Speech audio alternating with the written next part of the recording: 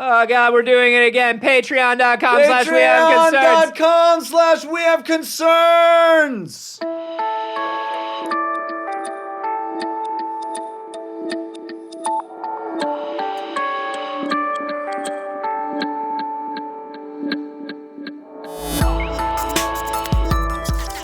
Audiobooks suck. We've talked about this. I don't like audiobooks. Have you listened to the one I did? Yours maybe. Nope. It's I'm pretty not fantastic. doing it. I'm not doing it. I'm not doing it. That's one of those things where you're baiting me to either be horrible or complimentary. There's no way out. There's no way out. Abort. This is We Have Concerns. Hi, Jeff Cannata. Hi, Anthony Carboni. Hello, concerned citizens. You know, Anthony, we have been pretty critical of the medieval time. One of the worst times to be alive, I The think. Dark Ages. Yeah. We've gone on record ranting against the glorification of stupidity that was the Dark Ages. Sure. And how we lost so much great knowledge. Mm-hmm. We had all of this accumulated human knowledge, Yeah. and so much of it was lost during that period. We hate that. Sure. Who wouldn't? But you know what? What? Maybe there was some knowledge during the medieval period that could be useful today. Magics. Are Magics, you talking about the magics? alchemy. Yeah. Yeah. This is fascinating. This is an article that was sent to us by 1,000 people. Thank all of you. One in particular, Jacqueline Kolker, was the first that I noticed that sent it, but many, many people sent this article to us, and this is fascinating.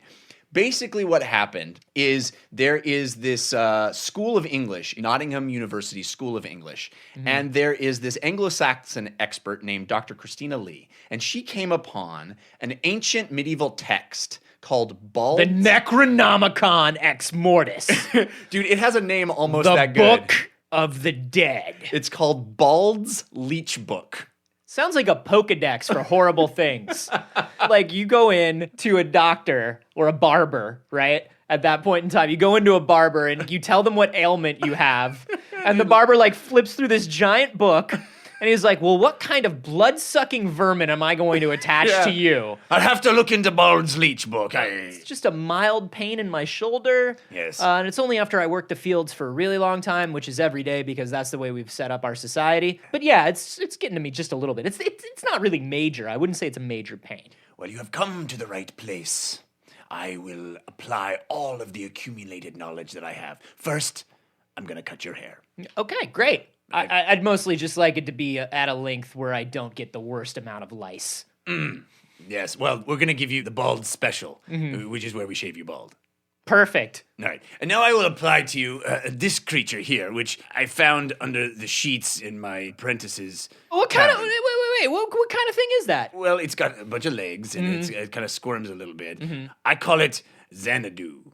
Okay. And I'm just going to stick it on your face. Right. Whimsical. Yes, it's going to attach right there. Okay.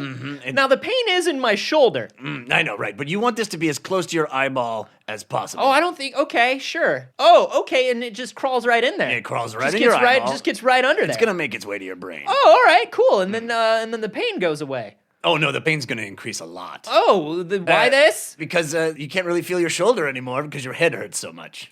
Oh, yep. Medicine. That's a good book you got there. I like that book.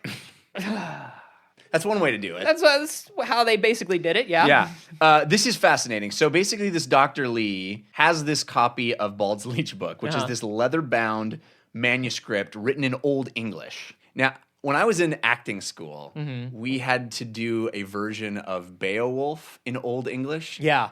And I still remember some. Do you want me to do some? Sure. This is not a bit. This is literally the beginning of Beowulf in Old English. Okay. What? Hwe gar dena theud kuningas. That's how Old English That's sounds. pretty good. Right? I remember when I was in school, I got really into the Canterbury Tales for a little while. I got like obsessed with it for whatever reason. I don't know why. I have a weirdly obsessive personality. Yeah. And I found a book in our library at school that was like, one page was the Middle English version, and the other page was the English version, and I just read through it, and I was just fascinated by the differences in like Old English and Middle English and like how it all evolved. Yeah. I had no friends. Like it was a very friendless year of college for me. And But look how that Old English evolved. Ugh. Anyway. It's a mixed bag of memories is what I'm saying. She translated this recipe for basically this potion from the Middle Ages, And they created it in a laboratory. They took it into a lab, and the ingredients were like garlic, onions, and bile from a cow's stomach. The first two are the beginnings of a really delicious marinade, and then the third one is where you kind of lose me. Although I would imagine after a couple hours, the bile does pick up the flavor of the onion. Well, it's funny that you say that because part of the recipe is that they have to let it sit for 9 hours. Okay, and what does it do? It turns out that it treats Staphylococcus. Like staph infections? Yeah, but ones that are particularly resistant to antibiotics. Antibiotics are not effective against this, but this old-ass potion is effective. So like MRSA. MRSA, yeah, MRSA, right. This is the biggest problematic staph infection in modern hospitals. Like Right. a staph infection in a hospital will kill people. Yeah, the M in MRSA stands for multicillin resistant. Yeah. That's the MR part. So it's resistant to antibiotics, which means we have a hard time treating this. Well, it turns out if you mix together this crazy potion, they have done it in a laboratory and then treated this series of cells that had MRSA on it. And 4 times they created it with 4 separate batches of ingredients, but followed the recipe that was in Bald's Leech book to the letter. In fact, they built a brass cauldron to do it in because that's what it said in the instructions. Yo, like real talk, this lady goes to Ren fairs, right? Oh, no doubt. Like these are a lot of people who go to Ren fairs. She just wanted to try this shit. Yeah. No matter what. She just wanted to make it. She's like, how do I write off all of the stuff that I need for my cosplay this weekend? How do I write off all those feathers that I bought and that skirt made out of a series of tapestries? We wanted to set up a place where we can make mead for people, and I wanted to buy all these brass cauldrons and things like that, but I want to be able to write it off. Yeah. Because I already spent a lot of money on bustling. Do you know how expensive bustling is? I have a fortune invested in turkey legs. See, we spent the whole budget on giant turkey legs and corsetry. We don't have any money left for decorations. All right, well, here's what we're going to do. We can sell this off to the science department. Those nerds will buy anything. I like the idea of people who go to Ren's Fair calling the science department nerds. Yeah, they look down on those people. Yeah, like what's the hierarchy there? There's no way I'm going to watch Star Trek. Give me that Game of Thrones. Yeah. So this is crazy. So 4 out of 4 times. Now, in medieval times, they were not aware of staph infections. Right. What did they use this for in medieval times? The article doesn't go into what it was originally said to work for. And it's a whole book, so I don't know how... Did they make all of the recipes? Or did they just find this one that seemed doable? Okay, it says here that it's an eye salve, and it's made for styes. Oh, yeah. Yeah, you're right. So styes are basically like eyeball acne. Like Yeah. it's really gross. But they used to use this for styes. It was a topical solution. How did they figure out that it worked on MRSA? It says here the medieval leech book contains many remedies designed to treat what are clearly now we know as bacterial infections, weeping wound sores, eye and throat conditions, skin conditions, chest infections, but they were all described in like medieval ways. Yeah. So it's like, this is a bacteria infection. It's like, when the darkness comes out of the left part of the throat as a thickly substance, not unlike the dark paste from the eyeball of a demon. Yeah. It's like, You've got demon face. It's good to treat demon face with this salve. have you been thinking about adultery? Because we find that what usually happens when you think about adultery is the eye paste comes out. But this will treat it, but eventually you will have to stop thinking about things that are an affront to our Lord. Have you been speaking ill of the king? No, sir. Now remember, I am a barber, and so everything you say to me is confidential. Oh, thank goodness. Have you been speaking ill of the king? I have to admit, I did say nary a word. I thought so, and that's why you keep coughing up this thick black substance. Right. That thick black substance The whole of... is the hatred that you have in your heart for our king. Oh, my God. And the hatred just falls on the ground in a big clump. Comes right out in a clump. Oh. And you're just making more hatred. Oh. Now, I can give you this salve. Oh, I'd love the salve, Now, the please. salve is made out of the urine of chickens. Oh, chicken urine. Yeah, chicken urine, and also just like I'm just going to take some of the stuff that you coughed up. I'm going to mix it right in. Oh, good. The chicken urine works with the evil, the hatred of the king, and it combats that in some way? Honestly, I don't know. I don't know why we do it. We've just always done it. Oh. It's written in the book. Well, if it's effective, and then... Seems effective. What do I do? I just rub it on my skin, or...? No, you're going to drink it. Oh. You're going to drink this. So the thing I coughed up goes back in my mouth. With the chicken urine. Yep. Oh. There you go. Just drink some of that. Mix it all up. You just drank chicken pee. Stop talking shit about the king, idiot. Yes, now we cut off your head. Yeah, now we cut off your head. Oh, God. Pee I thought there drinker? What about barber's privilege? I'm just a fucking barber, man. Ain't no rules. Gets him every time. Ah. Good job, bald. This is the worst time to be alive. This is interesting to me because we talk quite a bit about the sort of continuum between natural medicine and all chemical medicate. You know what I mean? Yeah.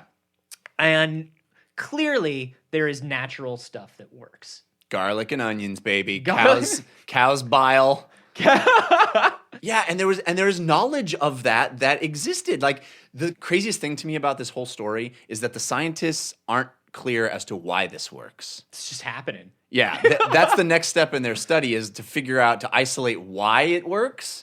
But they're like, yeah, we do what they say in this crazy ass book, and it works 4 out of 4 times. And that seems like a small sample size, but it also says that it obliterated all of the MRSA populations in mice wounds. So like 1 bacterial cell in 1,000 survived after the application of this stuff. So that's pretty clear that it's working. Yeah. And I think it's fascinating that there's a lot of, we so often now don't want to take natural remedies because we're like, why does this work? I have to know exactly why it's working. Yeah. And if you can't tell me why it's working, then it's clearly some sort of a scam. Right. I understand that this works because it's a chemical made by a chemist that's supposed to exactly take on what I have. And it's been approved by the FDA, and it does all this stuff, and it went through clinical trials, and great. That's what I need for my medication. Yo, dog, drink this cow nasty. Yeah, exactly. I'm sorry? Yeah. Yeah, it works. Why? I don't know. We have no idea, but it tends to work, so just do it. Yeah, it's the craziest thing. And I love the idea that they just saw this in a book and were like, fuck it. Why not? Let's give it a shot. Sure. I think there's something to just trying it because you saw it in this old book and, you want to know how much these ancient remedies work, and that's kind of fun, like the science of it, and then figuring out, like, they went back and looking at these descriptions were like, okay, that's got to be a bacterial infection based on what they're describing. Right. We're assuming that it's one of these 3 things. So let's just try this stuff on bacterial infections. It's like this cool sort of detective work. Right. And the fact that it actually yielded some sort of potential result. Yeah. Is super fascinating to me.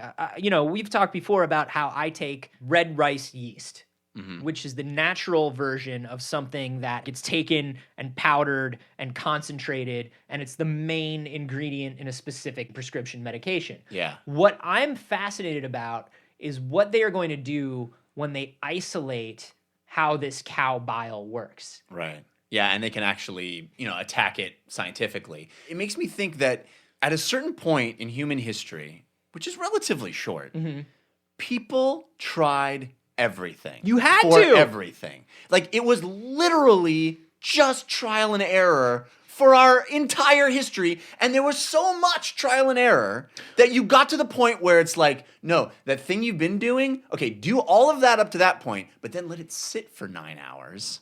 That's the part you forgot. That's the part you left out. Let it sit for 9 hours, not 8 hours. You can't just mix onions and cow bile. You gotta mix onions and cow bile and let it sit. Let it sit, dude. And you can imagine how that became the thing that they figured out. Like, it boggles the mind. They had to figure out, what's the difference between this cow bile and this cow bile? Oh, that's the one Why I did forgot that one about. work? I accidentally dropped that into the garlic and onion container that I was using for dinner, and then I forgot about it for like half a day. But weirdly, when I put it on my eye, all that sty went away. That's the thing. Like, the first guy who was like, a cow coughed this up. You should put it in your eyeball. I was like, oh my God, my eye hurts so much. It's been All right. hurting for days. Okay, I'll okay. do anything. Okay, calm down. What do we have in Anything. front of us?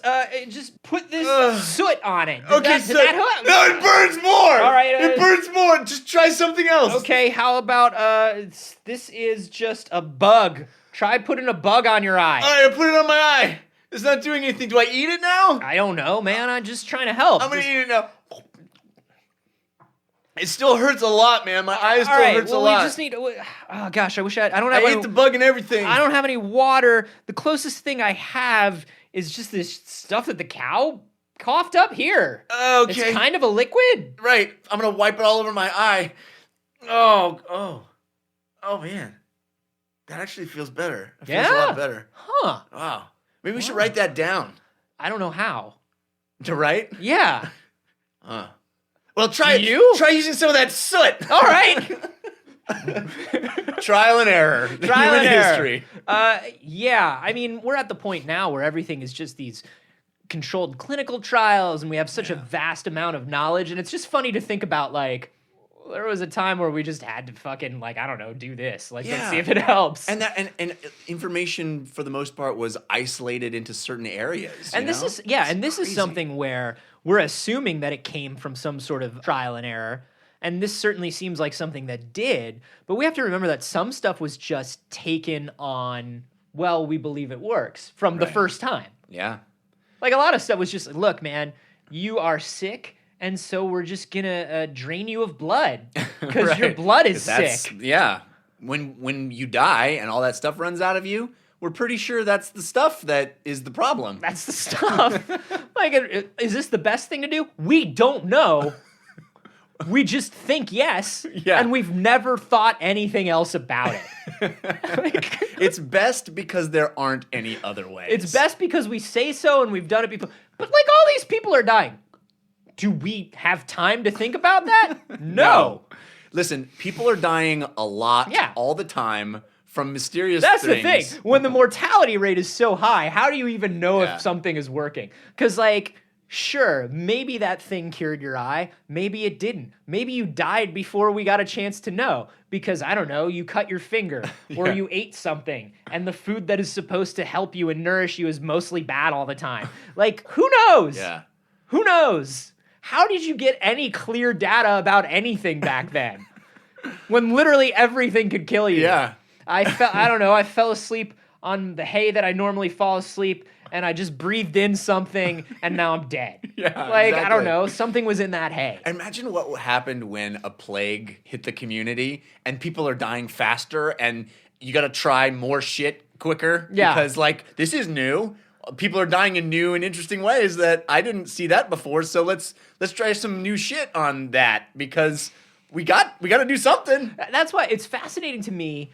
I love that this worked. I would love to hear the story of all the other stuff they tried out of this book that didn't do shit. Yeah. Because it's just something that some guy thought up. Where it's just like, I don't know, but if you let a caterpillar crawl up your nostril, your insomnia will go away. Really? I don't know. I don't know, man. People are dying all around me, and I'm just trying to figure shit out. I'm trying to write a leech book here, not a leech pamphlet. Yeah. I got to fill in some pages, baby. There's only so much that one or two useful things can get me. I love the idea of, like, I gotta fill up pages in an industry where, like, only 4 people can read.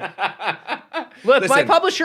my publisher says if I don't sell 4 copies of this book, I gotta sell 4 copies. That's like literally half the people that can read. I already, the advance that he gave me of 2 loaves of bread, I've already eaten them. I'm on the hook for that. I'm on the hook, man. And by on the hook, I mean literally on the hook. He's gonna send a dude over to stick a hook in my face. People die on that hook. People die doing everything. So I don't know why I'm scared of this hook. I gotta At least figure you out some see the hook shit. coming. I gotta figure out some shit to put in this book fast, man. If you had an infection and some dude was like, no worries, cow bile, you're there? If scientists said, yeah, it works, I'm there. Because what's the difference, right? If it's gonna come in a little antiseptic little thing at the drugstore But anyway. you're gonna see onions floating in it. It's got like a whole onion floating in it. You're at the drugstore and the guy hands you like a giant glass jar. I'm gonna inject you with this, and then you're gonna drink the worm out of the syringe. The worm is what really fucks you up. I love the idea that you go to a modern drugstore and he like hauls out this brass cauldron and then just like has onions and shit. He's like, you got to stir it 3 times with this wooden spoon, and you pull the wooden spoon out. It's like a cartoon. Yeah. It's all shriveled up. It's just like you have to stir it 3 times. Let it sit for 9 hours in front of the moonlight. Let me know if a black cat walks around your house during any point in this process, because if so, we got to start all over. And we think good thoughts around it because it knows what you're thinking.